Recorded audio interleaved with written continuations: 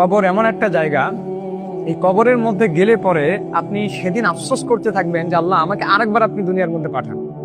কিয়ামতের ময়দানে হাসরের মাঠে আপনি আরেকবার আল্লাহ পাক রব্বুল আলামিনের কাছে আপনি বলবেন যে আল্লাহ আরেকবার, এইবার যদি আমি দুনিয়ার মধ্যে যাই আর কোনো খারাপ কাজ করবো না। কিন্তু সেদিন আপনার কোনো চান্স দেওয়া হবে না। দুনিয়ার মধ্যে আপনারা যে পড়াশোনা করেন, এই যে পড়াশোনার মধ্যে বইটা খুললাম, আমারও এরকম হয় মাঝে মাঝে, বইটা খুললাম মনে হলো যে রেখে দেই, পরবর্তীতে পড়বো, আবার কালকে খুললাম পরে পড়বো এই পড়াটা। এইভাবে করতে করতে করতে যখন পরীক্ষার আগের দিন চলে আসে, তখন কি যে মনে হয় যে কি যে একটা পাহাড় নিয়ে আমি আজকে বসলাম পড়ার টেবিলের মধ্যে। কালকে যখন এক্সামের হলে গেলাম, এক্সাম হলে গিয়ে দেখি যে আমার একটাও কমন নাই। কেন? আমি পড়ি নাই। তখন মনে হলো যে না, ইস, আগের সময়টাকে যদি কাজে লাগাতাম, সেদিনকে আপনাকে ওই এক্সাম হল থেকে বের হয়ে আপনাকে সময় দিবে যে যাও কোশ্চেনটা নিয়ে যাও, এখন তুমি ভালো করে আরো পড়ে আসো, সময় দিবে? দুনিয়ার মধ্যে এতগুলো হায়াত পাইলেন, এতগুলো সময় পাইলেন, আপনাকে চ্যাপ্টার দেওয়া হলো, আপনাকে বই দেওয়া হলো, আপনার কোশ্চেন ফাঁস করে দেওয়া হলো, আপনার উত্তর দেওয়া হলো, সবকিছু আপনাকে দেওয়া হলো, কিন্তু সময়টাকে কাজে লাগালেন না। ওই এক্সাম হলের মতো সেদিন যখন আপনি বিপদের মধ্যে পড়ে যাবেন, আল্লাহর কাছে আপনি সময় চাইবেন, এই এক্সাম হলের মতো সেদিন আপনাকে কোনো সময় দেওয়া হবে না। এই এক্সাম হলে তো আপনি নিশ্চিত হতে পারেন না যে কোনটা আপনার কোশ্চেনে আসবে, কিন্তু আল্লাহ পাক তো নিশ্চিত করে দিয়েছেন যে তোমার কোশ্চেন কি হবে, তোমার অ্যান্সার কি হবে, সবকিছু তো তিনি নিশ্চিত করে দিয়েছেন আপনাকে।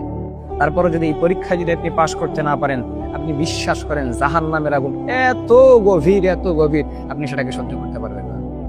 আপনি সেটাকে সহ্য করতে পারবেন না। আপনি একবার মরবেন, আবার আপনাকে জীবিত করা হবে, মরবেন, জীবিত করা হবে, মরবেন, জীবিত করা হবে। আর দুনিয়ার মধ্যে আপনি সফলতা খুঁজতেছেন, জাহান্নামের আগুন সম্পর্কে আপনার কোনো ভয় হয় না। রব্বে কারীম যে তাকে ভয় করতে বলছেন, এটাতে আপনার কোনো দ্বিধাবোধ আসে না।